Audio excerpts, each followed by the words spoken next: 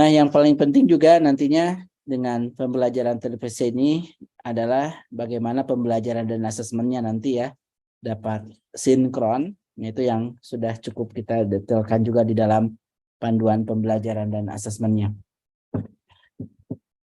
Kita dapat mengetahui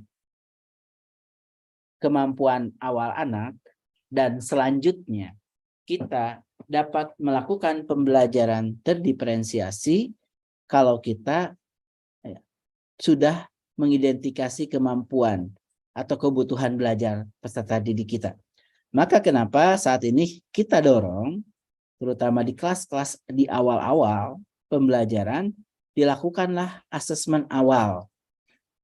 Asesmen awal pembelajaran untuk mengetahui kebutuhan belajar peserta didik. Jadi ini fokus utamanya gitu ya. Fokus utamanya adalah untuk mengetahui kesiapan peserta didik pada kompetensi yang akan ditujukan. Yang hasilnya digunakan untuk menyesuaikan rencana pembelajaran yang dibuat agar sesuai dengan tahap belajar peserta didik. Lalu asesmen awal ini juga dapat dilakukan secara natural ya. Bisa melalui diskusi ringan, bisa melalui permainan, bisa melalui kuis sederhana, atau dapat juga dari asesmen sebelumnya.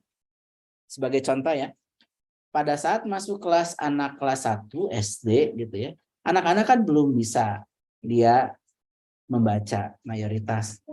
Nah, maka pertanyaannya ya jangan dalam bentuk tes tulis, kita ingin mengetahui apakah anak-anak sudah mengetahui bilangan atau belum. Maka bisa jadi melalui permainan nih, mereka sudah mengenal bilangan atau belum, melalui permainan.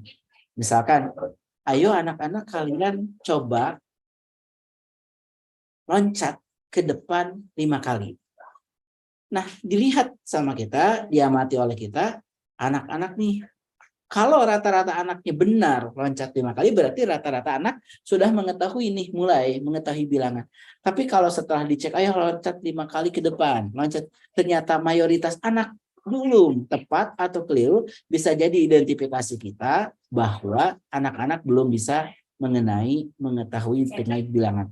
Jadi asesmen awal belajar untuk mengetahui kemampuan awal anak, asesmen awal belajarnya tidak mesti dilakukan melalui tes tertulis. Bisa jadi dilakukan melalui permainan, melalui diskusi ringan dengan anak-anaknya, melalui kuis sederhana, melalui tanyaan, melalui tugas. Silahkan gunakan cara-cara yang memungkinkan dan memudahkan untuk mengetahui kemampuan minimal awal anaknya. Karena apa? Dengan mengetahui kemampuan awal anaklah kita dapat menyusun perencanaan yang tepat dan kita dapat melakukan pembelajaran terdiferensiasi. Karena setelah dicek ternyata kemampuannya sama rata, ya mungkin tidak terlalu banyak diferensiasi yang terjadi. Tapi setelah dicek kemampuannya beragam, caranya beragam, kebutuhan belajar, ya mungkin disitulah pembelajaran terdiferensiasi dilakukan. Nah, kita dapat melakukan pembelajaran terdiferensiasi kalau sudah mengetahui kemampuan awal anak. Yang kemudian kita doronglah lakukan asesmen awal. Nah, asesmen awal apakah harus setiap pertemuan? Nggak mesti setiap harus pertemuan. Yang paling pokok mungkin pas saat awal masuk ke kelas 7, ke kelas semester baru, atau ganti materi baru, itu mungkin perlu kita. Tapi pertemuan selanjutnya tidak mesti dilakukan cek lagi asesmen awal. Bisa jadi kan karena pertemuan 1, pertemuan 2 terkait bilangan, kita sudah tahu kemampuan awal anak, ya mungkin tidak perlu lagi asesmen awalnya. Tapi bisa jadi nanti pada saat ganti materi, sekarang pelajaran bilangan, lalu nanti belajarnya ganti bilangan geometrik. Mungkin pada saat geometrik kita bisa melakukan asesmen awal lagi.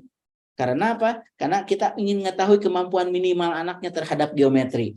Nah, setelah dilakukan asesmen awal, mungkin kita pertemuan selanjutnya, misalkan kedua, ketiga, keempat, setelah kemampuan awal, ya tidak perlu dilakukan asesmen awal karena sudah mengetahui kemampuan awal anaknya. Nah, asesmen awal juga bisa dilakukan berdasarkan informasi dari sebelumnya, nilai sebelumnya. Karena mungkin saya mengajar nih, saya ngajarin terkait dengan geometri, lalu pengukuran. ingin berlanjut ke materi selanjutnya, misalkan balik lagi ke bilangan. Bilangan itu di awal materi terkait dengan bilangan, tapi setelah belajar bilangan, saya diseling dulu mungkin geometri, lalu setelah geometri tentang pengukuran. Tapi ingin balik lagi terkait dengan bilangan. Nah, pada saat belajar bilangan, mungkin asesmen awalnya itu dilakukan dengan saya ngecek lagi kemampuan anaknya waktu bilangan, waktu bulan pertama. Misalkan bulan Agustus pernah belajar bilangan, belajar bilangan lagi nanti bulan November. Nah, asesmen awalnya itu tidak mesti dilakukan dikasih lagi soal, ditanya lagi. Bisa jadi kita cek nih data waktu belajar bulan Agustus, setelah dicek, oh ternyata kemampuan anaknya sudah rata-rata sudah tercapai. Nah, asesmen awal itu bisa jadi menggunakan informasi yang sudah diperoleh sebelumnya. Jadi semangat melakukan asesmen awal itu karena kita ingin mengetahui kemampuan awal anaknya, supaya apa? Supaya saya dapat merencanakan setelah mengetahui kemampuan awal, merencanakan pembelajaran, dan kalau ternyata ada variasi kemampuan yang beragam, maka pendekatan-pendekatan yang dilakukan dalam proses belajar pun kita perlu memfasilitasi anak yang kemampuannya beragam tersebut. Itulah maka pembelajaran diferensiasi ya didasarkan pada hasil awal pembelajaran. Nah ini ya, lingkup tertentu, asesmen memberikan informasi kesiapan belajar siswa, informasi pengetahuan, keterampilan yang dipengetahui saat ini dengan pengetahuan yang baru akan dipelajarinya. Maka kita dapat mulai melakukan pembelajaran diferensiasi. Jadi asesmen awal dengan pembelajaran diferensiasi itu ini satu yang utuh. Kita dapat melakukan pembelajaran diferensiasi jika dapat melakukan kemampuan awal anak. Nah, kita di dalam hal ini yang kita dorong, terutama kurikulum mereka, lebih semangatnya setidaknya minimumnya saat ini dilakukan dengan mengetahui kemampuannya dulu, kompetensi beragamnya dahulu. Jadi tidak sampai diharuskan gitu ya, tidak sampai diharuskan karena melakukan diferensiasi dengan gaya belajar, karena dengan gaya belajar dikhawatirkannya menjadi beban baru, satu buat gurunya, buat sekolahnya harus dicek dulu gitu ya, dia kinesthetic auditor itu kan bukan perkiraan tapi harus dilakukan dengan psikolog. Nah itu yang di beberapa tadi dianggap memberatkan, maka kita tidak ingin memberatkan ke arah sana. Tapi kalau ada yang sudah mampu dan sudah melakukan, itu pun tidak dilarang. Nah yang kita dorong, tapi yang kita harapkan jangan sampai mewajibkan, mendorong, mengharuskan orang melakukan dengan terdiferensiasinya dengan gaya belajar. Nah itu yang tidak terlalu kita harapkan, dipaksa orang harus seperti enggak. Nah yang dapat minimumnya itu ya dilakukan adalah dengan apa? Ini kita cek kemampuan awalnya yang mungkin bervariasi. Setelah dicek kemampuan yang bervariasi, dicek maka kita lakukan. Apakah kita ingin pendekatannya dengan materikah, dengan kontenkah yang bervariasi, bahkan apakah dengan caranya yang bervariasi atau produk. Itu setelah apa? Setelah kita mengetahui kemampuan awal yang bervariasi.